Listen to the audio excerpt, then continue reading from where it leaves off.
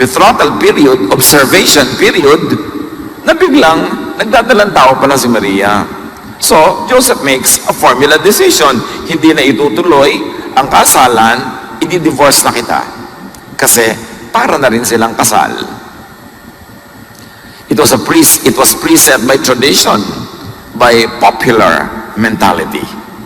And many people think in a way that is set by tradition, by popular mentality.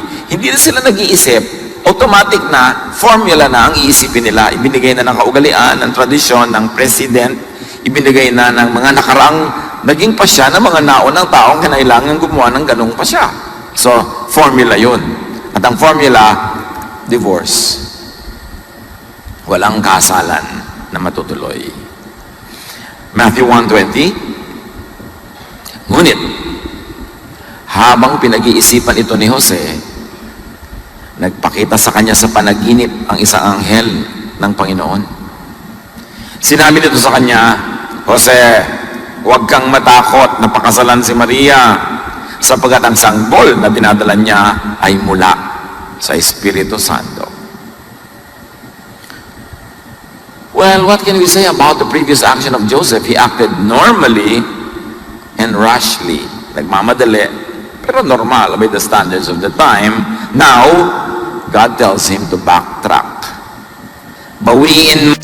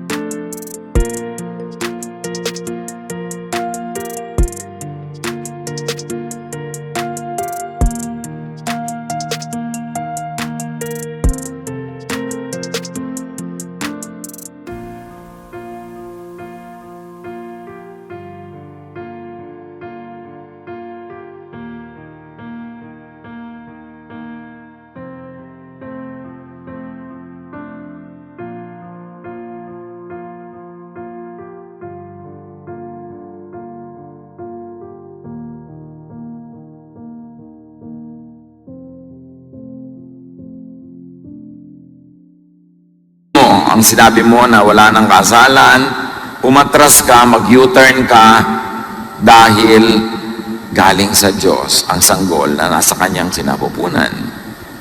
While awake, Joseph managed his own mind like we do. But while asleep, Joseph's mind had space and time and his mind yielded to God. Yan ang advantage ng tulog. Wala kang complete control of your faculties, of your mind, of your thoughts. Doon nagkakaroon ng space ang Diyos. Kaya mahalaga ang tulog. Pag sobra kang laging kulang, maging sa tulog, wala na rin space ang Diyos na pumasok sa isip mo. Kung habang gising ka, ay wala naman siya at yung utak mo lang ang umaandar, formula decisions, formula thoughts, usual values ang umaandar, walang space ang divine intervention. But while asleep, rested, peaceful, not in control of his mind, Joseph receives instruction and guidance from the Lord through an angel. May mga magagandang nagaganap pag ang tao ay bumibitaw sa pagkontrol sa sarili niyang utak. Although pwedeng si Satanas naman ang makialam, kaya double-edged yan. Kaya mahalagang suriin anong nangyari sa panaginip nitong si Jose. Kaya kung meron tayong mahalagang isipin, itulog muna yan. Huwag agad-agad formula decision. Huwag agad-agad gagawa ng hakbang na formula na, gano'n na ang ginawa ng lahat na nauna, automatic na. Kasi maraming bagay na hindi dapat automatic ang desisyon. Dapat pag-isipang mabuti at iba ang hakbang na tatahakin mo kaysa sa mga nauna na. Katulad itong kay Joseph, masyadong unique yung case niya. Sabi ng kanyang kasintahan, pregnant ako. Diba? Alam naman ni Joseph na wala pa nagaganap sa kanila. Sabi niya, huwag kang mag-alala, from the Holy Spirit to. Siyempre sabi ni Joseph, Holy Spirit yun mong lelang mo. Kayo mga yan naniniwala. Kakaiba, unique. Kaya kailangan din ng kakaibang pag-iisip. At sa buhay natin, maraming kakaibang nangyayari. Pero kung hindi mo makilalang kakaiba yon at karaniwan na approach at sagot at action lang ang gagawin mo, mawawala yung kanyang pagiging special. Magiging very ordinary. Matthew 1:22 to 24. Nangyari nga ang lahat ng ito upang matupad ang sinabi ng Panginoon sa pamamagitan ng propeta. Maglilihi ang isang birhen at magsisilang ng isang sanggol na lalaki. So, mapanaginipan man ni Joseph na sinabing, totoo sa Holy Spirit ang dinadala ni Mary, meron siyang pwedeng basihan na alam niya kahit gising siya. Yung sinabi ng propeta na alam naman ng lahat ng mga Israelita.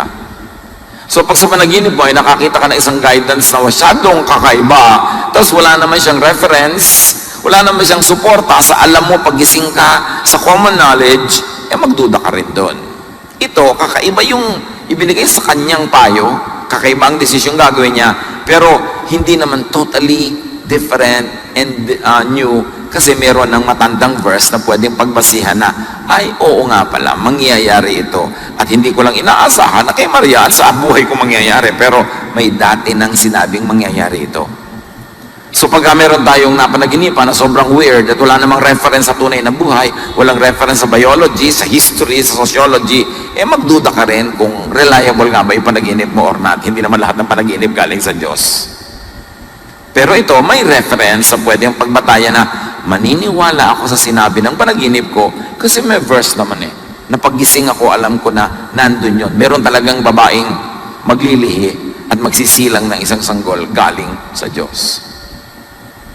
Nang magising si Jose, sinunod niya ang utos ng anghel ng Panginoon at pinakasalan niya si Maria.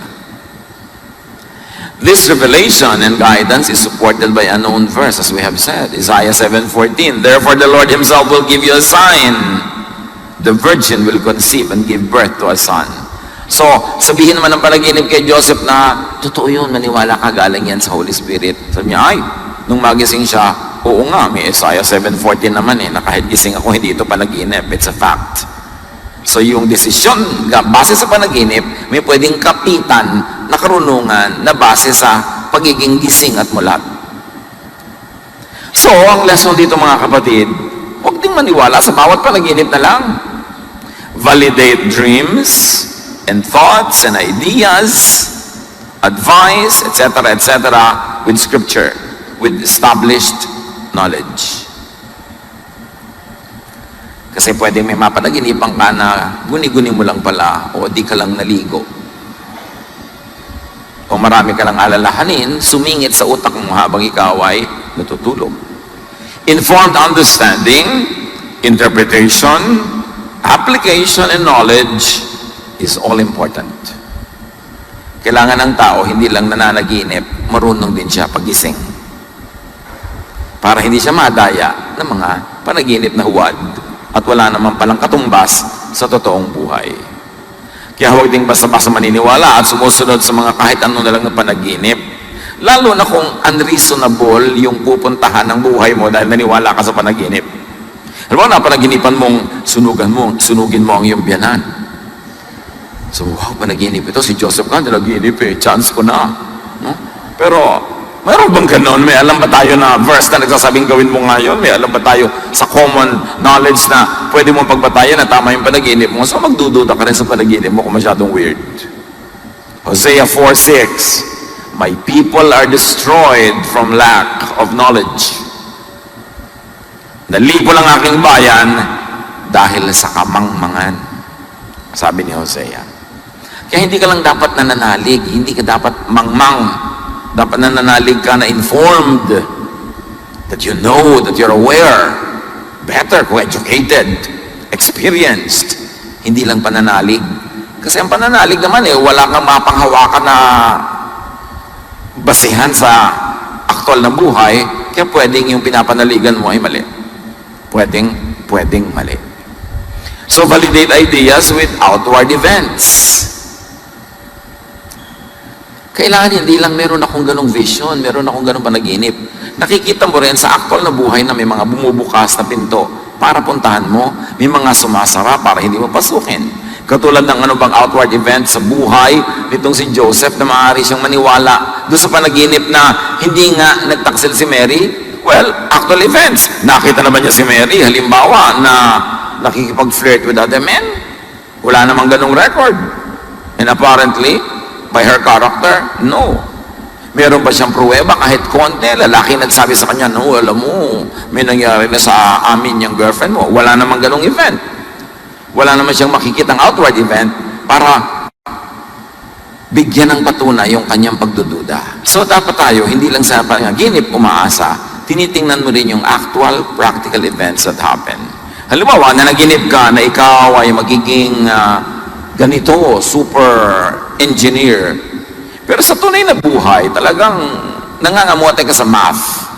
Hindi ka marunong mag-compute, hindi maintindihan ng angles, sa geometry, bagsak-bagsak ka, di guni-guni mo lang yun, magiging engineer ka. Kasi sa actual and outward events, hindi yun napapatotohan.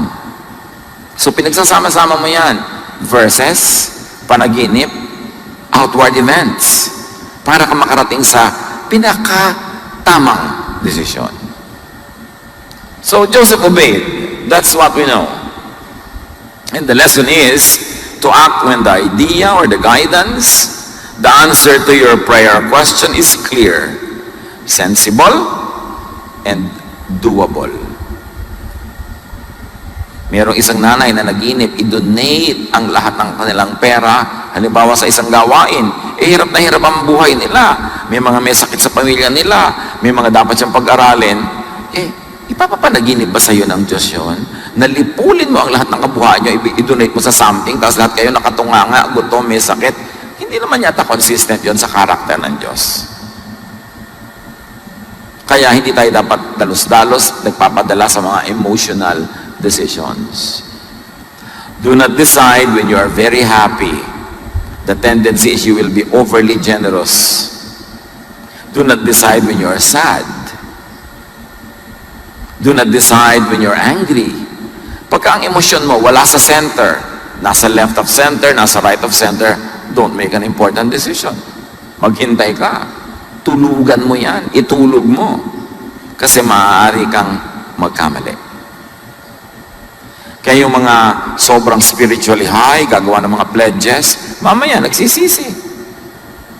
Yung mga high na high dahil nag-retreat, dahil may Bible study, magko-commit ng kung ano-ano, pero mamaya hindi naman mapapatunayan o mapapanindigan. When you are beside yourself, too emotional, either happy or sad, angry or relaxed, stressed or rested, don't make an important decision. Kaya mag-asawang nag-aaway, yung nasa kalagitnaan ng init ng away, huwag kayong hahamon ng hiwalay. Diba? Bukas na, itulog mo muna yan. Huwag nag-aaway at magsasabi ng mga salitang tapos. Yung, never, don't do it again, I will never see you again. Kasi madalas pagsisisihan mo yan. Itulog muna. Before making an important decision, think about it and think of God. Give God space in your waking hours and in your sleeping hours. So sleep over it. Mahalaga yung hindi ka nagmamadali. Ang Diyos walang minamadali. Laging may oras ka for everything. There is season and a time for every matter under heaven. It is Satan that makes you speed up, hurry up. Kasi sa pagmamadali, pwede ka madulas, madapa, magkamali. May chance na madaya ka pag sobra kang nagmamadali. Psalm 63:6, I think about you before I go to sleep, and my thoughts turn to you during the night. May oras pa ba tayo na isipin ng Diyos, pag-isipan ng mga katuruan ng Diyos bago tayo matulog? Para kung managinip man tayo, yun ang lumabas sa ating panaginip. At kung naalimpungatan ka at nagigising ka sa gitna ng gabi, iniisip mo ba ang Diyos o kung ano-anong iniisip mo? O pinipilit mong matulog agad? Merong mga nagsasabi na pagka meron sa kanilang gustong ipahiwatig talaga ang Diyos, ay ginigising sila at certain moments. At lalo-lalo kung laging ganong oras ka nagigising, ini-ignore mo, maaari talaga ang Espiritu ng Diyos ang gumigising sa'yo at gusto kang kausapin. Kaya ang sabi nga ng isang poster, instead of counting sheep, why don't you talk with the shepherd? Pagka hindi ka makatulog. Hindi naman laging problema yung hindi makatulog Kung Diyos nga ang gumigising sa'yo, di sarap, ang ganda. May sasabihin siya sa'yo. So just before sleeping, what do you listen to? What do you watch? What do you read? What do you discuss if there's somebody to discuss with? Dapat ang baon-baon natin sa pagtulog ay mga isiping makalangit, makadiyos, para doon magkaroon ng puwang ang Diyos sa ating panaginip, sa ating pagtulog. Maaaring si Joseph, bago siya natulog noon, because, the Bible tells us that he was a godly man, humiling siya sa Diyos. Diyos ko, turuan niyo naman po ako kung anong gagawin ko talaga dito. Ang hirap-hirap ng kaso. This Mary is a very, very nice lady, and she is saying that this is from you, so if this is really from you, let me know. So, nanaginip siya. Wala sa scripture na ginawa niya yung panaginip na yun, pero hindi naman out of character para manalangin siya ng ganun. So, anong naman ang isip natin bago tayo matulog? And what do you think about while awake? Just before you go to sleep, could play in your mind while you sleep. Madalas yun, ang laman ng isip mo habang gising ka, lalabas pa rin pag tulog ka na. When you are no longer in control of your mind, the thoughts that inhabited your mind while you are awake can take over. Ganyan ang panaginip parang may nasa short circuit na electrical connection. Yung bang mga panaginip mo naghahalo-halo, parang mga libro na nasa isang bookshelf, tapos lumindol, naglaglagan yung mga libro sa sahig, nagkaiba-iba ng ayos, nagkaiba-iba ng kadikit-dikit, pero walang saysay, walang sense, kasi nga nahalo. Ganon din yung panaginip, kaya kumisan yung nanay mo, biglang siya si Darna, tapos habang lumilipad siya, yung ulap naging dagat. Tapos biglang lumalangoy na yung nanay mo sa goto. Di ba ganito ng mga panaginip? Parang dugtong-dugtong na parang walang sense. Meron naman, may sense. At meron nga, naputol dahil nagising ka. At nung matulog ka, natuloy ang panaginip. Sino sa inyo ang nakaranas na natuloy ang panaginip nung matulog uli? Taas nga kamay. Wow, mga malikhain talaga ang choir. Di ba? Talagang nakatulog na, may continuation pa. Ako man, nangyayari sa akin yan, no? Pero yung pala, ang panaginip mo, eto na yung pinagkakautangan mo, maniningil, nagising ka. Di ba? Ang panaginip mo, huwag nang matuloy. Ang gusto mo, huwag nang tumuloy yung panaginip mo. Dahil kung minsan, hindi naman lagi ka nais-nais yung pupuntahan. Pero yes, mahiwaga ang panaginip. Pero I'm telling you, hindi lahat. Kaya huwag kayong masyado maging mapamahiin. Kung mo na panaginipan nyo na, yun na ang guidance. Kasi pwedeng guni-guni, pwedeng na short circuit lang yung brain mo, o walang dahilan, walang saysay, nangyari lang talaga, pero merong may kahulugan. That's why we need guidance from the Lord to know. Kaya dapat siya ang iniisip mo sa pagising ka, siya ang iniisip mo pag matutulog ka na. And even psychologists they attest that the mind can play tricks. That is why thinking has to be disciplined. Thoughts direct actions. Actions, when repeated, create habits. And habits make your character. So your thought becomes you. Kung paano ka mag-isip, ikaw ang magiging ganong uri ng tao. So everything begins with thought. Yan ang foundation ng lahat. Paano ka mag-isip? Minsan, madalas kayo mag-away ng isang tao kasi magkaiba kayong mag-isip.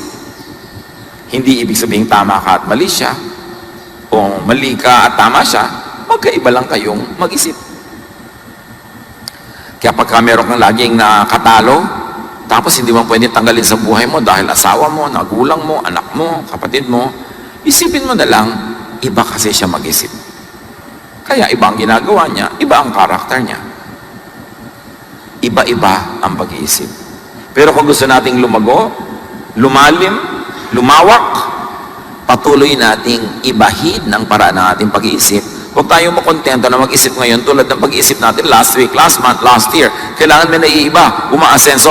Because room for improvement is the biggest room in the world. Romans 12:2.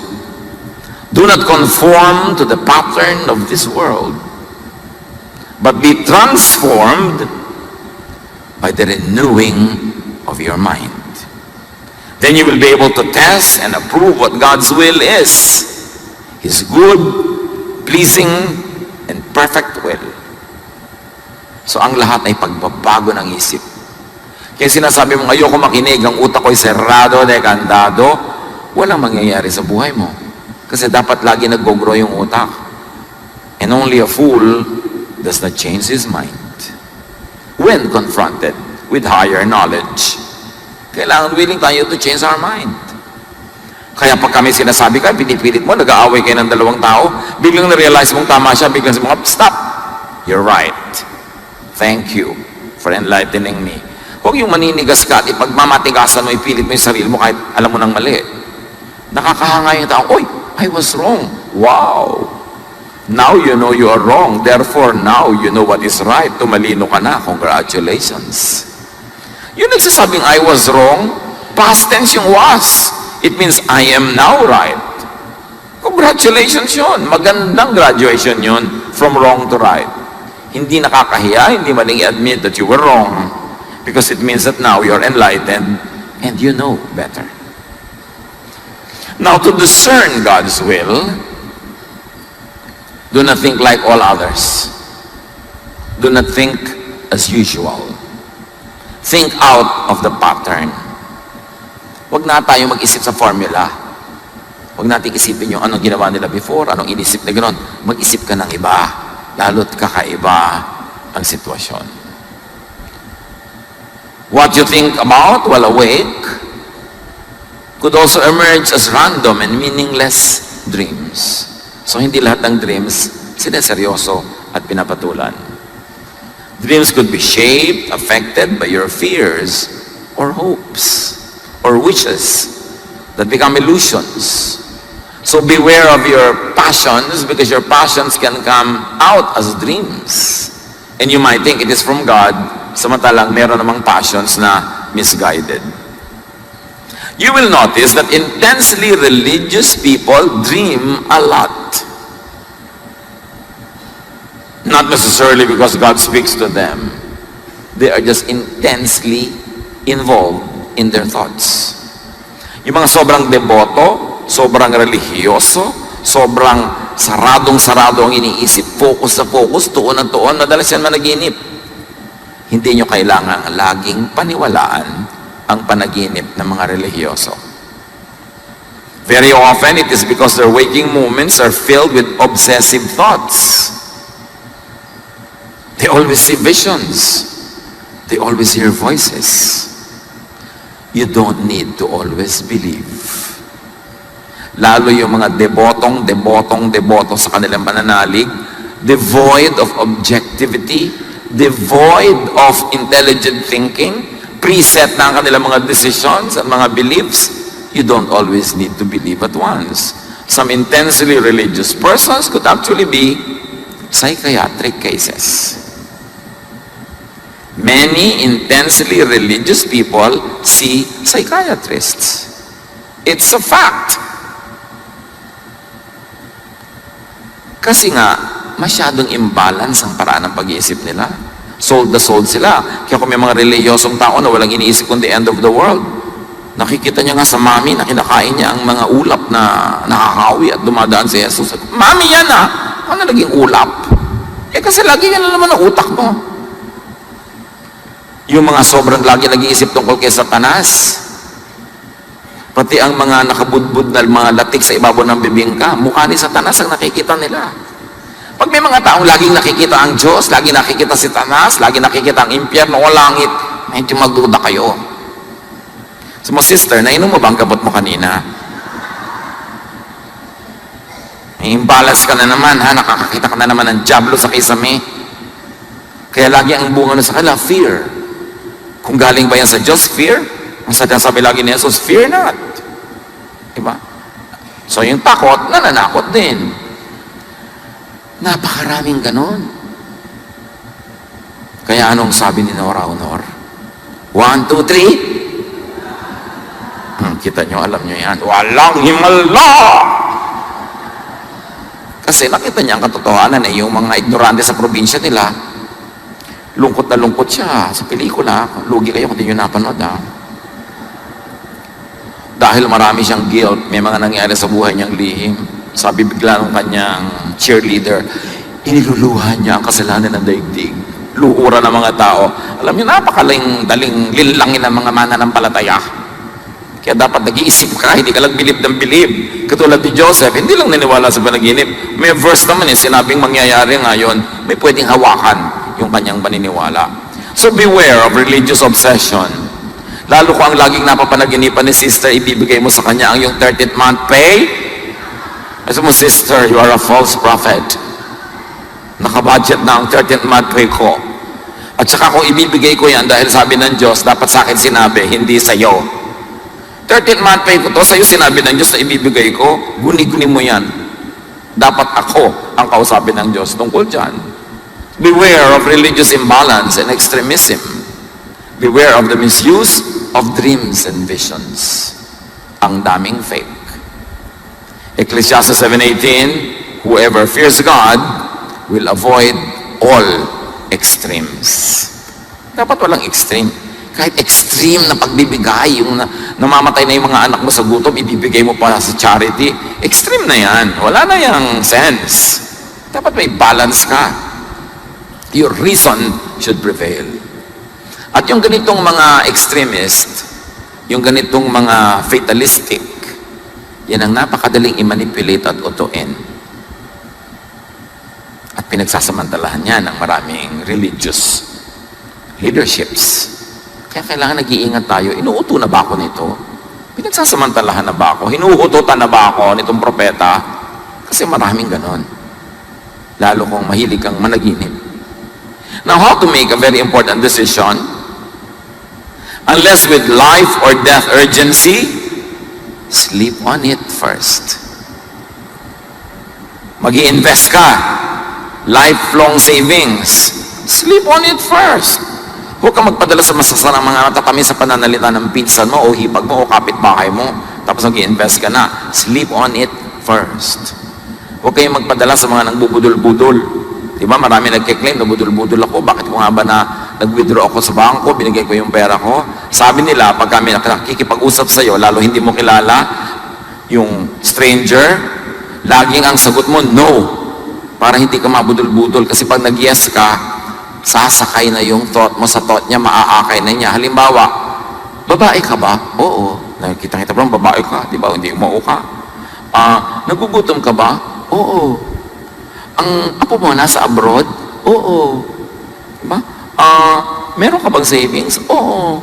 Yun daw ang simula ng budol-budol, yung payag ka ng payag, yes ka ng yes. Kasi nadadala yung brain mo. So, tamang mo, babae ka ba? Hindi. Diba? Gabi ako. Diba? Yung, nagugutom ka ba? Hindi. Gusto mo bang mag-usap tayo? Hindi. Hindi ka mabudol-budol pag tanggi ka ng tanggi. Sa outsider, yung hindi mo kilala. Baka naman sabi ng nanay mo, anak, magsaing ka na. Hindi. Nanay, binubudol-budol niyo ako. Kailangan, pinipili mo rin yung hihindihan. Importante yon, yung hindi ka yes ng yes. What's important when you have to make a decision? Let some time pass. Yun lang thoughts mo pag 2 a.m., iba na pag 6 a.m. na eh. Yung nga matatakotin pag nagising ng 2 a.m. natatakot, pero pag 6 a.m. na may liwanag na sa labas, hindi na natatakot. Naiiba yung isip. Iba-ibang oras. So huwag ka magdedesisyon pag gutom, pag sobrang saya, nalulungkot, let time pass. And listen for God's voice.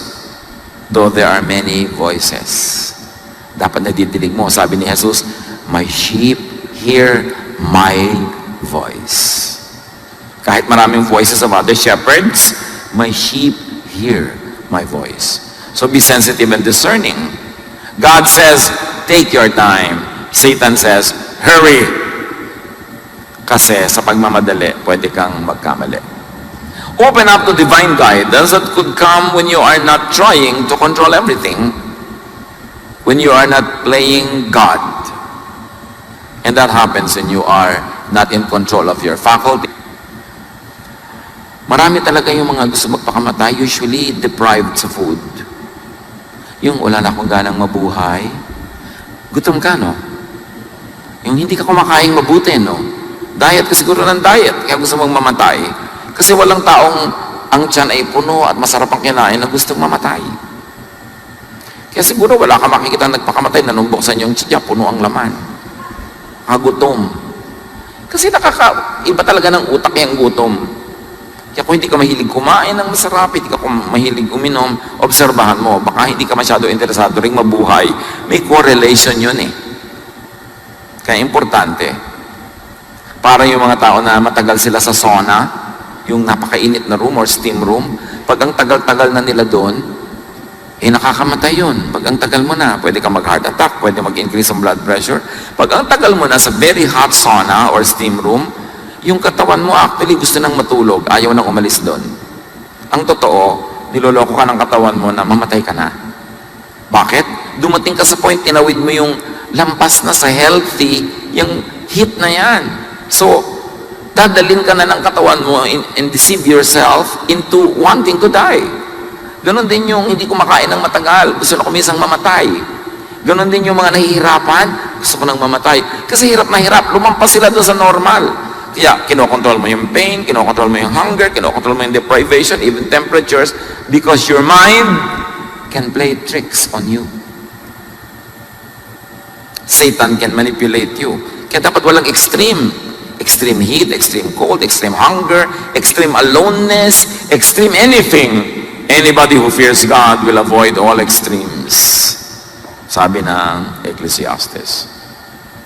Meanwhile, whatever is happening inside your mind and outside of it, God knows. So seek God and depend on God. And this is where good old-fashioned meditation is important. Kailangan nating ibalik sa buhay natin, mga kapatid, yung quiet time kung ito'y nawala. Yung bago ka matulog, may quiet time ka with the Lord. Yung pagkagising mo, hindi ka aandar agad, nagmamadali, may quiet time ka with the Lord. Kung papasok ka sa trabaho o sa school, may gagawin ka, mag-alarm ka 15 minutes before the real time na dapat ka maghanda para may oras ka with the Lord. And begin your day talking with God. Nawala na sa buhay natin yung pagninilay-nilay. Alam niyo yung mga matatanda, kaya maraming wisdom, kahit hindi naman lahat sila nag-school. Nung araw, lahat ng bahay may silyon, may rocking chair. Uupo din ang matanda, uugoy-ugoy. And even in our ancient pre-colonial rituals, the priests and the priestesses would sit on benches or mga duyan at uugoy-ugoy. Kasi sa kauugoy-ugoy, your body gets into the rhythm of a movement that releases your mind from attachment to the things around you.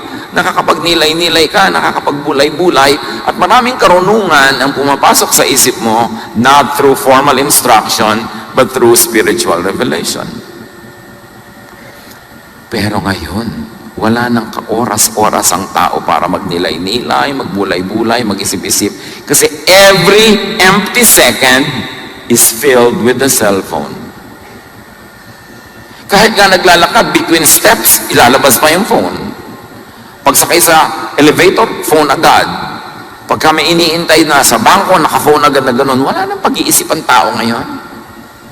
Tapos pag tinignan mo kung ano yung pinapanood, o ano yung game niya, o kung ano man yung kausap niya, konti naman yung may saysay. Napupuno ang utak ng mga bagay na hindi naman mahalaga. Nawawala ng space ang Diyos. Doing nothing while uncertain is better than doing something wrong.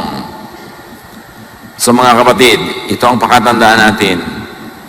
Kung hindi kayo sure sa inyong gagawin, mas mabuti pa wala kayong gawin. Less damage. Kesa may bigla kayong gawin, kailangan nyo pang mag-backtrack. Tulad ni Joseph, kailangan pa niyang umatras, bawiin niya yung sinabi niyang wala ng kasalan. Buti na lang, wala siya ibang pinagsabihan. Less damage. Pag hindi nyo alam, Pastor, hindi ko po alam kung anong gagawin ko sa anak ko. Eh di wala kang gawin, sister. Di mo pala alam eh. Nahimik ka. Tulog mo yan. Pray to God na ipakita niya sa iyo kung anong pinakamaganda mong gawin. Eh pero Pastor, talagang meron akong dapat gawin. Oo nga, pero alam mo ba kung ano? Hindi nga po. Eh sige, bahala ka. Barilin mo, gusto mo. Maglaslas ka, gusto mo? Hindi po. Ayun pala, hindi mo alam ang gagawin mo. Huwag mong gawin hanggang hindi clear.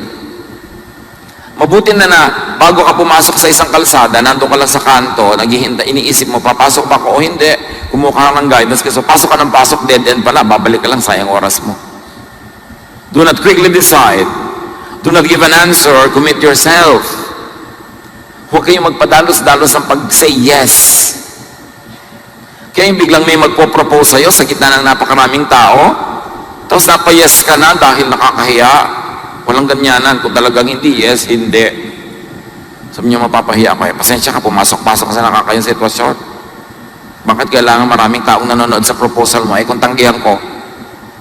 Bakit kailangan gawing public yan? At ngayon, bisyo na ng napakarami, ginagawa nilang napaka-public ng proposal. Eh, kung tanggihan ka. O baka naman yung babayang may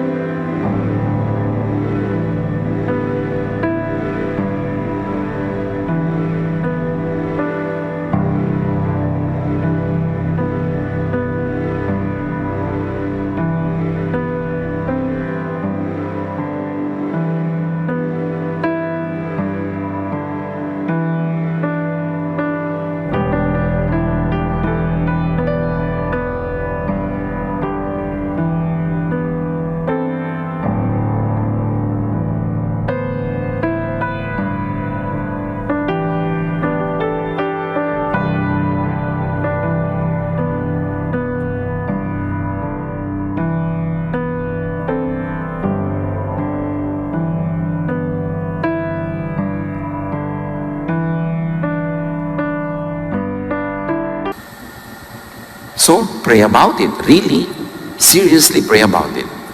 But very importantly, sleep on it. Itulog mo na yan. And enjoy your sleep. At meron akong gustong ibigay na card sa bawat isa sa inyo. Madaling i-frame, ikwadro nyo, ilagay nyo sa inyong bedside table or where you will see it before you sleep. It's from Psalm 4:8. In peace I will lie down and sleep. For you alone, Lord, make me dwell in safety. Card na yan, ready dyan sa labas. Paglabas nyo, claim it. Talaga, may palakpak agad yung by the way, 50 pesos ang isa.